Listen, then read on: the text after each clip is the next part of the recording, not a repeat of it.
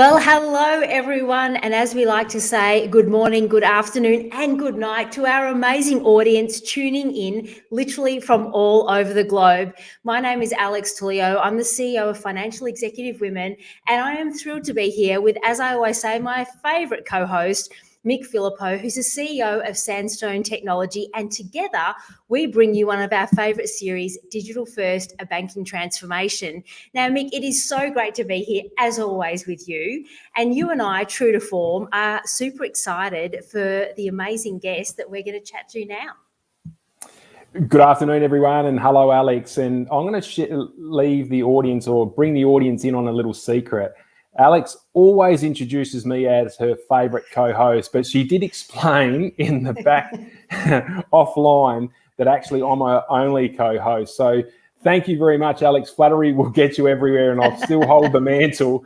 But look, you're right, Alex. Today's guest is exceptionally impressive. She's had a wonderful executive career in banking and financial services, where she's held executive roles specialising in strategy, payments, retail operations and technology transformations for National Australia Bank, or NAB, Infosys, and now as the Chief Operating Officer for ME Bank, which of course has recently merged with Bank of Queensland. Now, Rosanna Fornarino, or more affectionately known as Raz, welcome to today's program. Congratulations on your wonderful career to date. Tell us, when you were a little girl, did you always dream about being a banker? Hi, Mick. Hi, Alex. Hi, everyone. No, is the short answer to that. I did not dream about being a banker. I think if I cast my mind back all that way, and it is a long time since I was a little girl, I probably dreamt about being a teacher. So I'm probably as far away from a teacher as I could possibly be.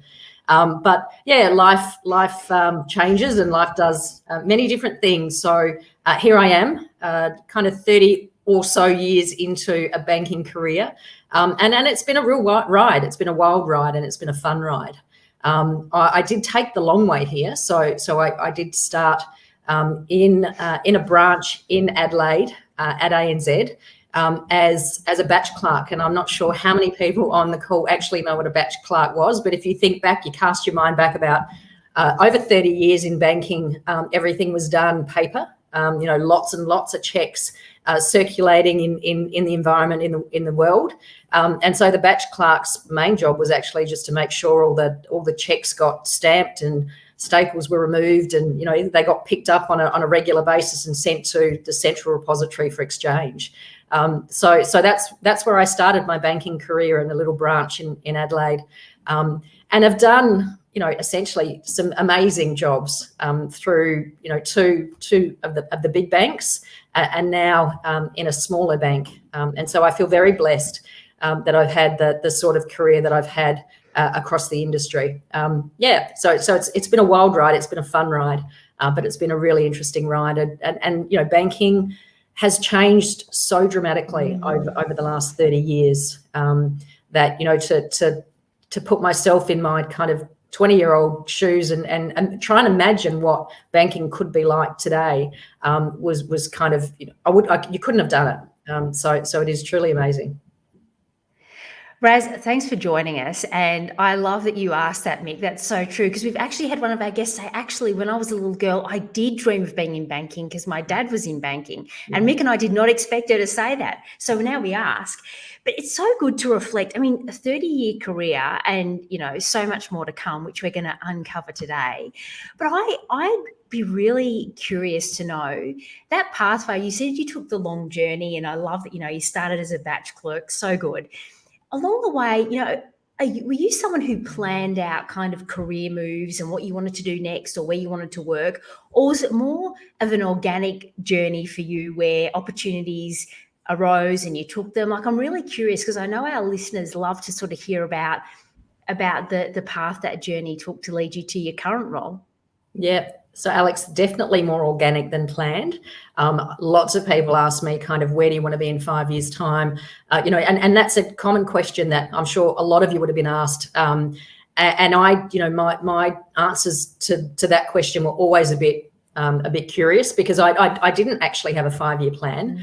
My roles were very organic. And I think what I had was a set of kind of priorities and parameters that I wanted in any role. And so who I worked for was really important. The breadth of the role was really important. I wanted to learn new skills. So that was really important to me. So for me, it was actually about looking for different roles to the role that I was doing to actually broaden and expand what I knew and what I could learn. So it was less about kind of I want to go here and there.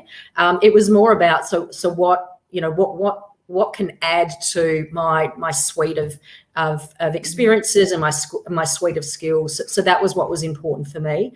And if you look across my career, you can see that's actually been what's happened. I've gone into technology and run some technology projects. I was the global head of HR for 3 years at ANZ. So they're really quite varied roles.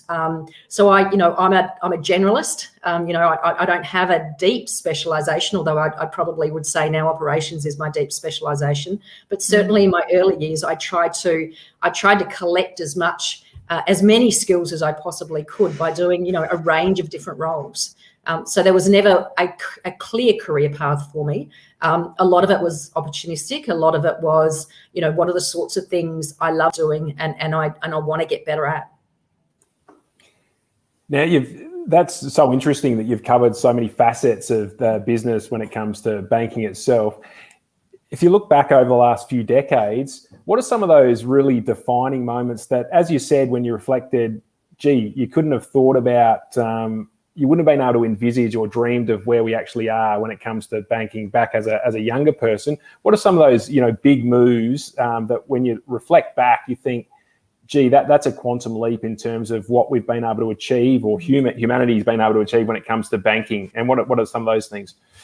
Yeah, so I think about it from two angles, actually. I think about the internal side of the bank, and then I think about the customer experience. So if you're looking, if I look internally, back in, I'm going to say around 1999 now, around the year 2000, we at ANZ, I was asked to lead the PeopleSoft implementation, and that was a program where we were literally taking what was a very manual, very paper-based HR process and putting it online. So, I reflect back and I kind of think it's probably one of the first digital programs, when digital was kind of not even a thing that was run in the market in Australia in banking. And so we ran the program that actually digitised all of the HR activities. So, if you want to change an address, you wanted to change a salary, where you paid your salary into, that was all done manually at ANZ kind of pre this implementation. Post the implementation, it was done online. It was self-served online by individuals, by staff. That was a massive change for the organisation. There was a lot of response and reaction across the organisation to having to do things, on a system, on a computer. So, just that sort of what we think of today as, it's just what we do. It's how we do things. Back 20 years ago was actually a really massive step for an organisation the size of ANZ, putting everyone online, getting everyone to do, to self-serve their own HR requirements. That for me was, something internally that happened across the bank that was really a game changer, I think, for the organisation. And then when I think across my career at things like, phone banking, right? And I'm going back way, and we don't use phone banking anymore, but when it was introduced, it was a massive change for customers to be able to kind of do things via an IVR on their accounts. They didn't have to go into a branch. They could actually talk to someone and get money transferred and get balances. That was huge. And then we moved into, kind of internet banking, and now we're in mobile banking, and who knows where the future's going to take us. But, for a customer, for the, a customer experience, to be able to, in their hands at the touch of a finger, they can, transfer money, they can block cards, they can, transfer stuff overseas, they can open accounts. It's extraordinary when you think about, 20, 30 years ago, what customers could do and the impost on a customer to do any of that. And then you compare it to today and how simple it is. that kind of mind boggles as to what it's going to look like, what banking is going to look like in the next 5 or 10 years. It is extraordinary, I think, where the industry has come over the last 20 years. Alex, can I ask a follow-on question? And we do fight over asking questions all the time, because I think that's a perfect segue. What is possible? What is possible in the next 5 to 10 years? I mean, you're obviously sitting back in your role, and you guys are strategizing, and banks are strategizing generally to make sure they're competitive and they're providing wonderful solutions back to customers. And that's something that struck me always in speaking with you, that you're always putting the customer first. What could it look like for the next generations in terms of how they're going to bank? Yeah, look, I think the most important thing is customers want choice, right? How they bank, where they bank, and when they bank. And I think if that's not a pillar of a strategy going forward, I think the organisation is in trouble. So to give the customer optionality, to give the customer ease. So experiences must be, we call them frictionless, and that's, a buzzword that's used in a lot of organisations, but it really truly needs to be, really easy for the customer to do whatever they want to do when they want to do it. And so, things like, and Mick, I know you and I talked about this, but things like applying for a home loan. Now, I may not want to go in and see, into a branch. I may not want to go and see a mobile banker. I might not want to go and see a broker. I want to be able to do it myself. I want to be able to research my options. What's the best deal in the market for me? Because I have a set of needs that will be quite different to another person's set of needs. So based on what I need and what I want, how do I effectively do a complete research of the market, then be able to upload documentation to prove who I am, prove what I earn, prove what I can repay, and actually do the whole process without needing to interact with anyone. Now, I know, my kids will probably want to do that in the future, whereas for me, I probably want to talk to someone. So it's it's the optionality that we provide and offer our customers that will be really important, I think, going forward. And then creating experiences that, that customers want. Right, so not building stuff that customers don't want and don't need, but creating great experiences for customers that that leave the customer with exactly what they want, and there's no follow up, there's no it's just, as a customer, that's what I want, and so I think that's going to be really important for us in the future. Providing holistic financial solutions for customers is going to be really important. So it's not just the one transaction that we should be thinking about. It's the financial security of our customers, enabling them to be able to, fulfill their life, their dreams, what they want to achieve, is actually really important for banks and for banking going forward, I think. So Raz, so good. I'm listening avidly, and Mick's right, we do fight over who asks the questions of our guests. But so I was actually going to ask you why you're so passionate about banking, and I think it's already coming through so clearly, because especially when you were saying then, it's holistic, it's about life. But I wanted to ask you, because for everyone else, we get the benefit of behind the scenes and we're chatting, and Raz and I were joking, and I said, well, I wasn't really a banker, I was more on the wealth side. She's like, don't you step back from being a banker. And you're so passionate about it. And so I think it's really important, the role that banks play. And I think just as you start to unpack to Mick's question about what's next, and I think this understanding of what your customers want, the fact that it is part of their lives, it's not a separate transaction, it's so important, isn't it? So in your role now, so you're COO, so as you said, of all the things that you've done, which I want to come back to, because I think that generalist approach to a career is really interesting and very important.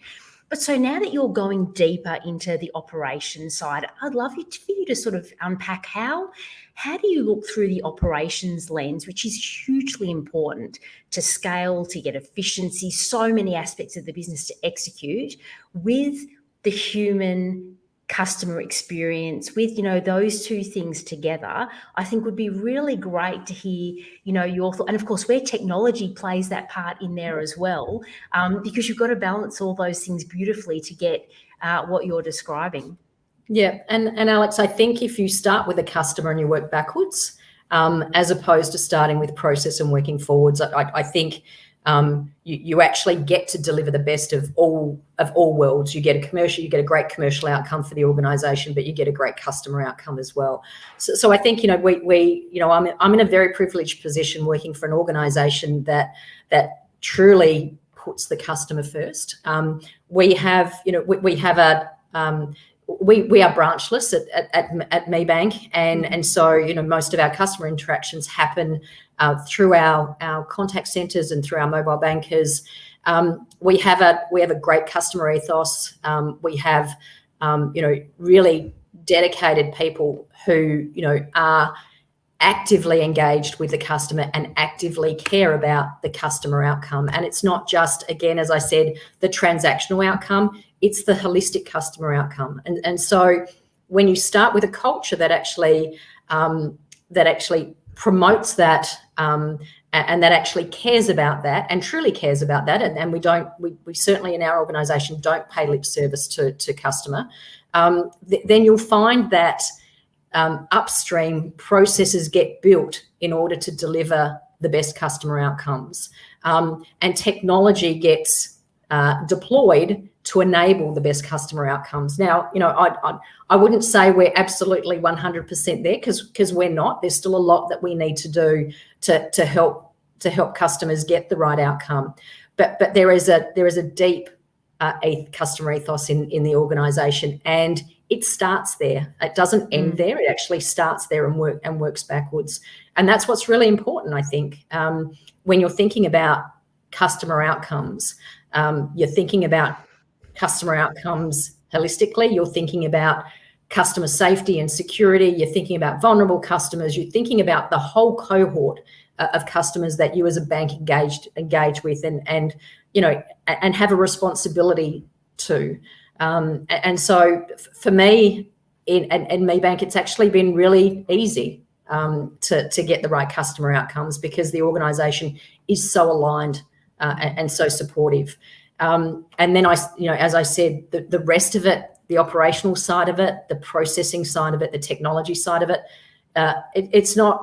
it doesn't come second, but it is second nature because we're starting with what the customers want and what the customers need. And we don't get it right 100% of the time. So I just want to put that out there, right? We're like any bank, we do get it wrong.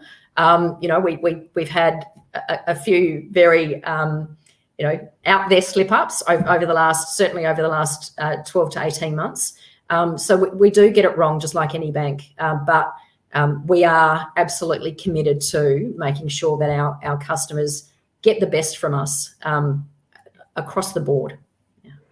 And just on that, before handing back to you, Mick, I think it's so true. Like, this is not about being perfect. I mean, it's never perfect and it's never 100%. So your call out about of course, it's always evolving. Things happen, you learn, you go again. That's the iterative process. But the thing I just wanted to underline there was what you're saying is so true. And a lot of people ask me especially about, how important is culture. And I think you said right at the start, the culture of the place you work and where you work.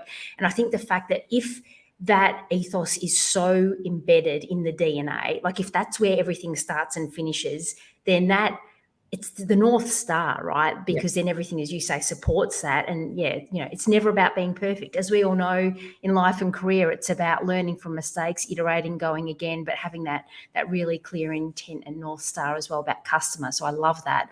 Over to you, Mick. Thank you, Alex. And as an extension of that, you've spoken a bit about experience and making sure that experience is smooth for customers, providing them that optionality, as well as obviously having that frictionless experience internally for your own staff and having a wonderful experience in terms of how they're facilitating that service. What role do you think data plays to be able to facilitate, this really smooth, frictionless experience? And what are some of the things that, without disclosing any trade secrets, but thematically, banks are focusing on in order to be able to facilitate that wonderful experience? Yeah, look, data is massive. Data, it kind of starts and ends, I think, with data.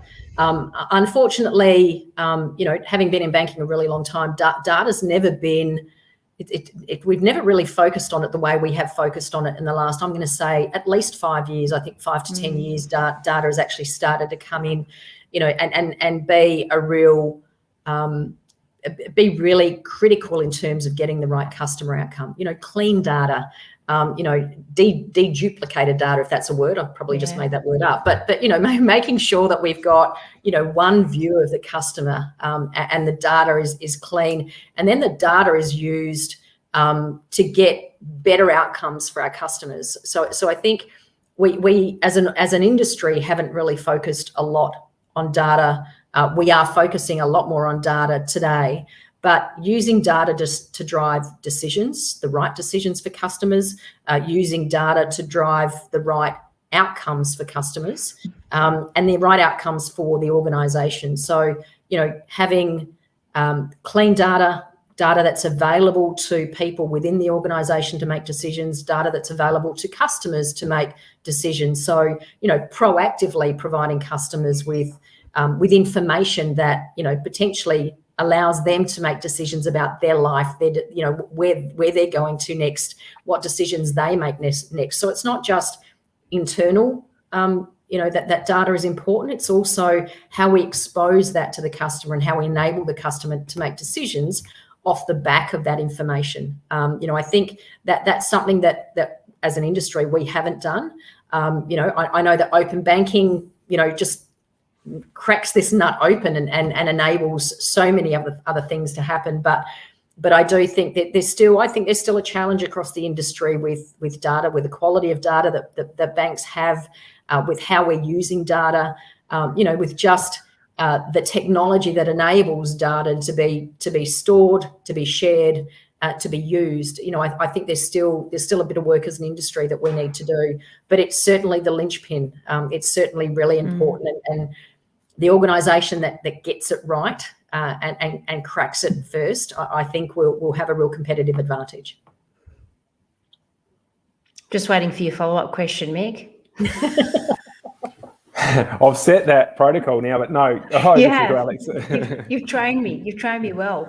I think, yeah, absolutely. And I think to your earlier point, Raz, about, it's about choice, and that we all want a slightly different experience, and everything you were talking to earlier. And I think to your point about data, is that data actually informs, it gives you the ability to make those choices, informed choices. And, you think about the customer experience that we're talking about a lot here, and the things that really annoy you as a customer, and I think, as you said, deduping things but having to repeat and input, those annoying things you can easily get out of the way and then focus on the experience that's important for the customer. I want to ask you, and it's again the same, we did promise a wide-ranging conversation, but obviously in the name of this show, we talk about digital transformation.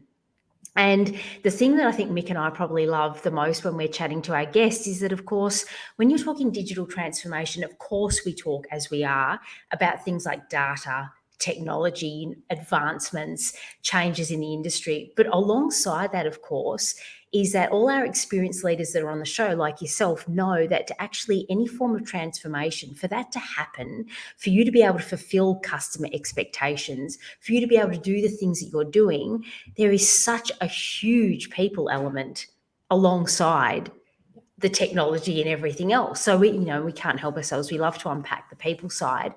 I'm keen from your perspective in your current and previous roles, how do you lead your people and build teams and make sure that your internal, your staff are in a great place, through times of change, transformation? Like how do you tackle the people side? And as you already said, you've had lots of people roles in your career as well. So I'd love to get your feel on leading, people through transformation and change. Yeah. Look, I don't think it's overly complex. I think the basis is great, strong, honest communication. So I think if you ensure that people understand the change, understand the direction, understand the strategy, and you continue to communicate with people and keep them engaged and informed throughout the process, I think you get a much better outcome. And again, you're not going to always bring 100% of the people along with you. And I think, there needs to be an acceptance that that's the case. But the transformation programs that I've run, the changes that I've landed across multiple organizations, and they don't actually need to be big changes or big transformational changes. Yeah. Any change requires good, strong, honest and transparent communication. And I think what you'll find is people appreciate that. I think in certainly my experiences have been that, we tend not to treat people like adults all the time, and we tend to kind of shelter them from things that we think they don't want to know or they don't want to hear. And my experiences is actually, you lift the covers and you become very transparent with people. You treat them like adults. You are honest with them about change, and you'll get a much stronger and a much better outcome. You'll get people who are willing to have a crack and have a go. You get people who are committed and who are bought into the change. You obviously need to support people with training and the right skills. But it starts with strong communication, strong, honest communication. Do you know, just before I hand to you, Mick, I think there are so many points that you've made there that are super important. And I know a lot of you watching and listening will be really avidly listening to this, because being a leader is not easy. As we often talk about, it's the privilege of leading other human beings. And I love that you just said, Raz, we often don't treat people like adults. And you also said something along the lines of, lifting up the covers, and we're sometimes a bit scared to be transparent because the what if.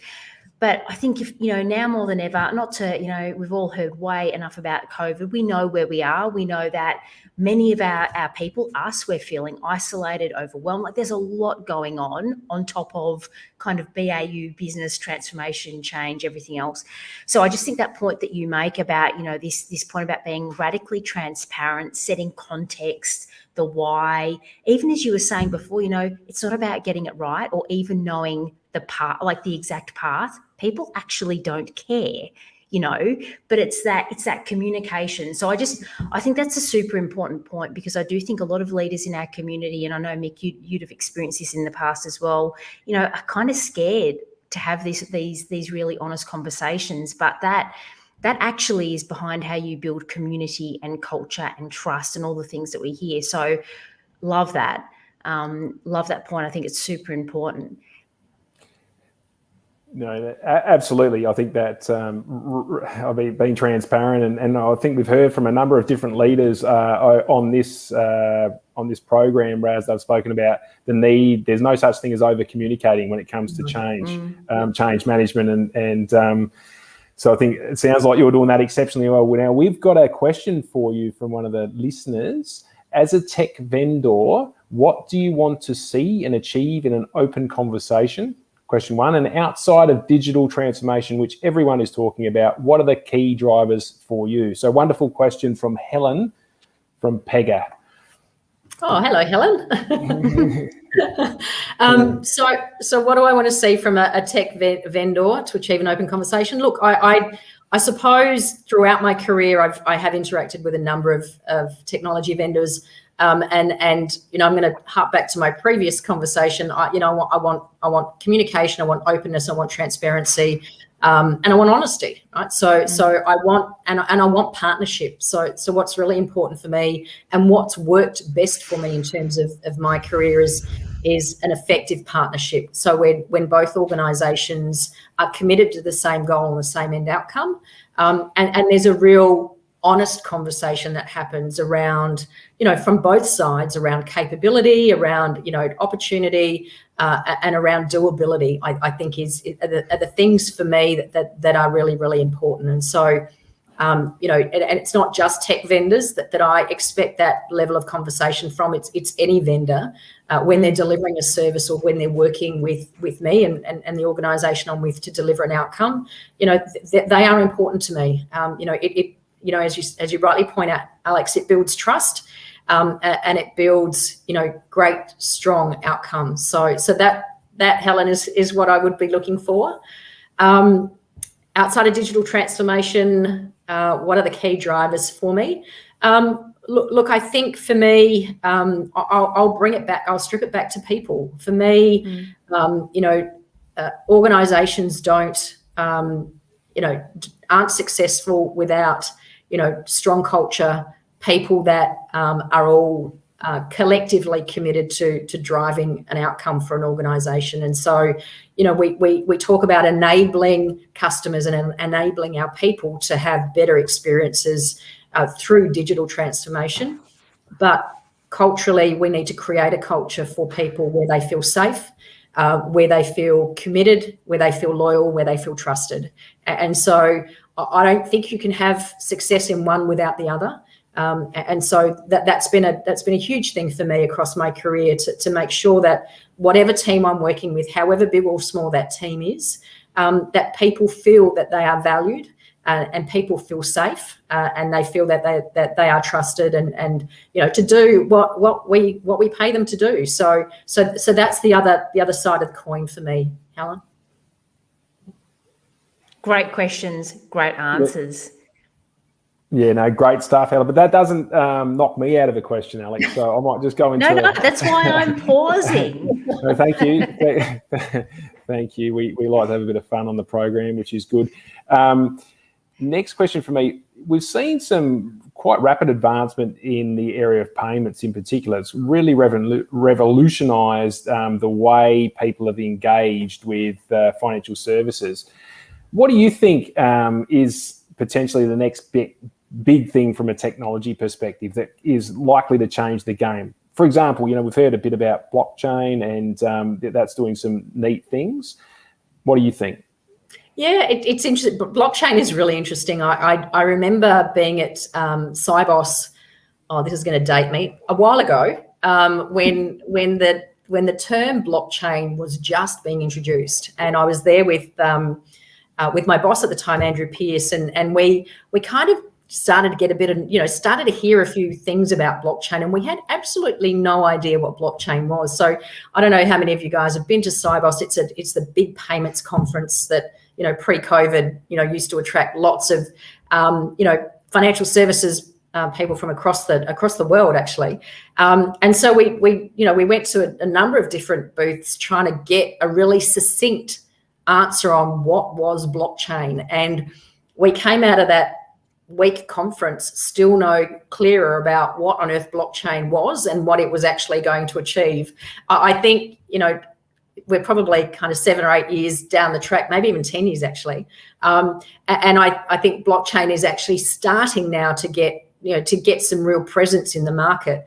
But I still think there's a way to go in terms of it completely changing financial services. I think for us, things like NPP have absolutely been, a huge step forward in the way the payments environment works, and in the way customers experience, just funds transfers, and the way banks process that. And so, I think has it been completely transformational from a payments perspective? Probably not yet. I think there's probably still some headroom in what NPP as a function can offer customers. But I think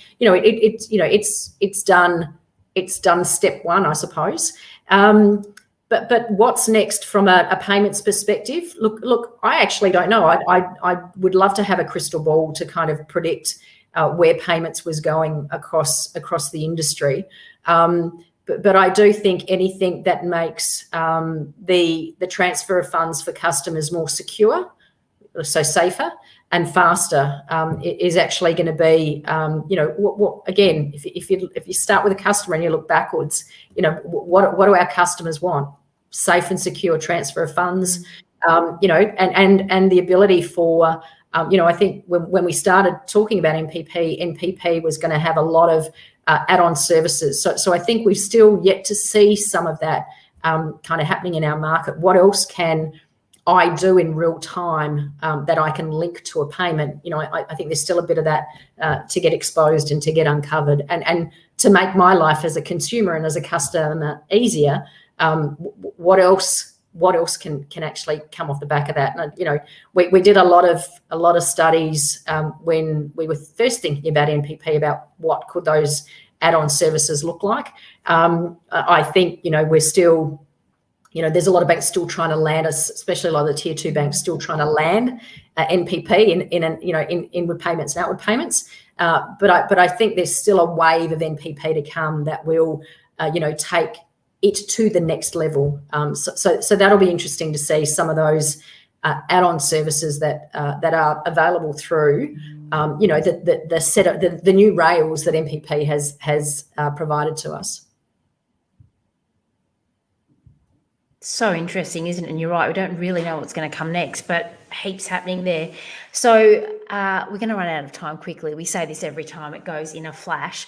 I want to ask, which Mick won't be surprised, I want to come back a bit to you, which our guests always love talking about themselves, you know, but I'd love to just explore a bit more from your own career journey, Raz, and from a couple of different angles. So it is so interesting to all of us, and I think we shared behind the scenes, every guest that comes on the show says, gosh, no one wants to hear about me, I'm not that interesting. It's so funny when we talk about ourselves, but of course we all connect to these human stories. And I'd just love to know, you know, as you reflect on your career to date and some of the things that you were saying about the journey, and, you know, you were quite organic and opportunistic in terms of things. You had a very clear set of what you wanted to achieve, but you didn't shut down any opportunities or have a really specific, and that for me, that was very much me as well. But along the way, I mean, where did mentors or networks or trusted advisors play their role for you? Because, and you were talking just before about partnerships in response to Helen's question, which I think is beautiful. Big believer in partnerships, and that goes for our own internal, you know, whether you call it our internal board of advice or whatever. So I'd be really interested, you know, as you reflect, or even current, you know, who have there been people that have really either opened doors for you or given you the confidence to take a leap into the unknown or supported you along the way? Absolutely. And I think it started at a very junior stage. If I cast my mind back to when we were still in Adelaide, I was at the ANZ, and we had quite a large restructure at ANZ at the time, and I was trusted. I was offered the role of a branch manager, and I was the first female branch manager in Adelaide in ANZ at the time.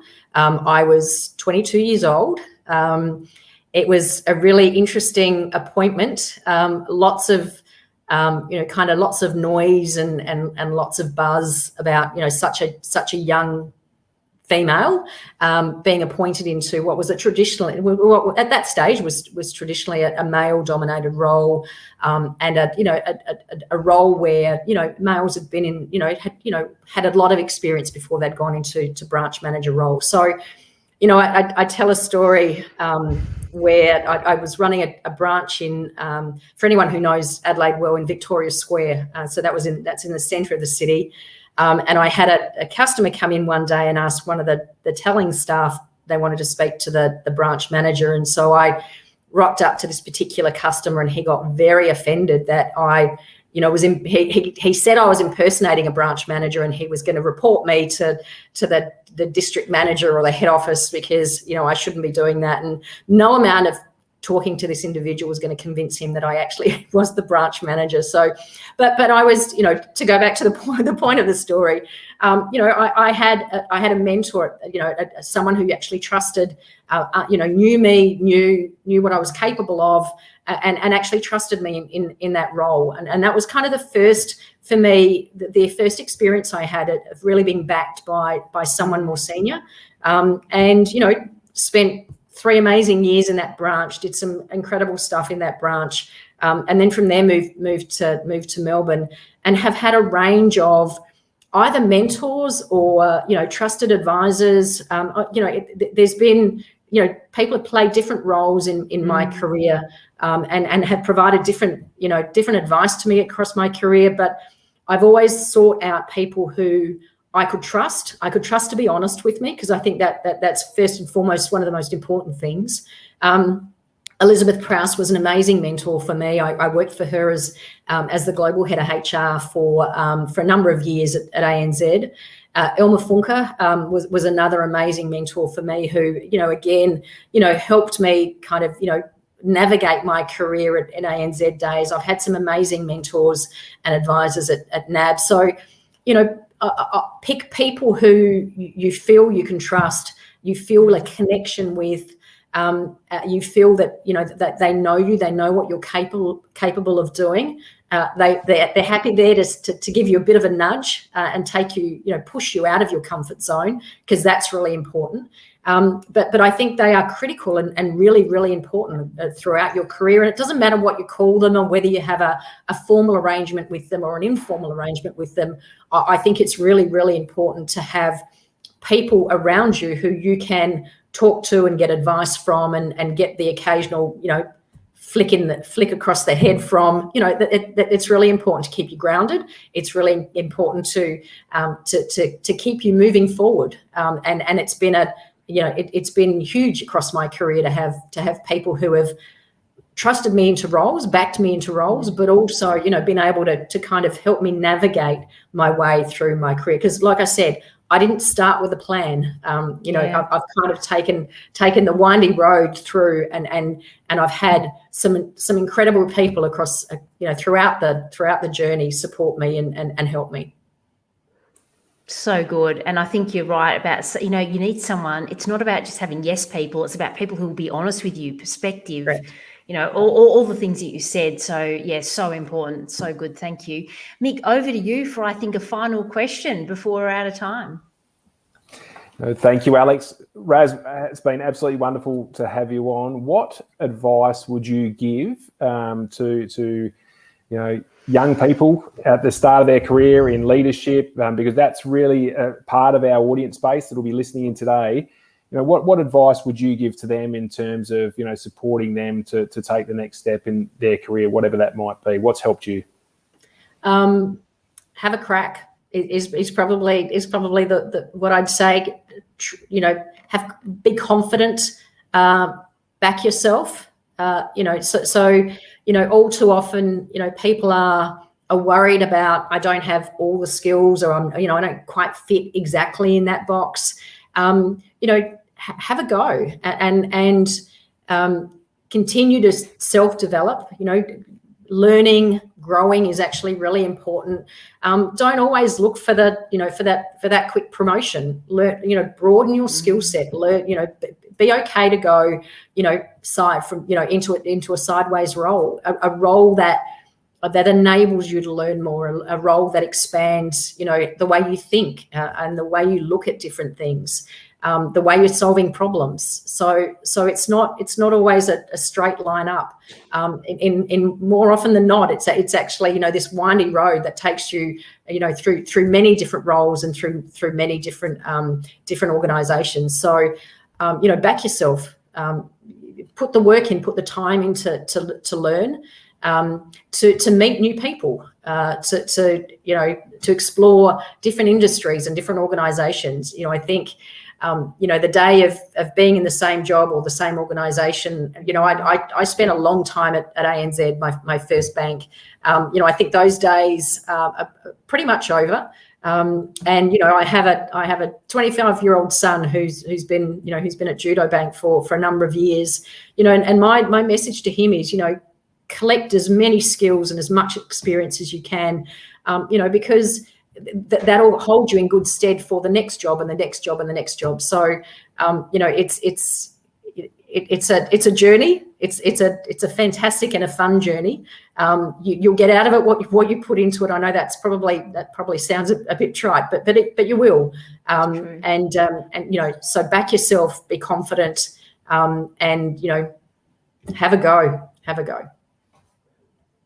What a great note to end on. So much awesome practical advice there. And yes, so true, Raz. Thank you so much for joining us. As always, we so enjoy chatting with you and our guests. And of course, as always, Mick, we run out of time faster than what we want. But Raz, thank you so much for joining us. Everyone who's tuned in, thank you so much for choosing to spend this 45-ish minutes with us. We hope you've really enjoyed it. And Raz, as always, thank you for joining and being so generous with your time. And everyone, don't forget, we are back as always with other fabulous guests coming up on a digital first banking transformation series. Thank you, Mick, and thank you, Raz, and see you all next time. Thank you for having me. Cheers.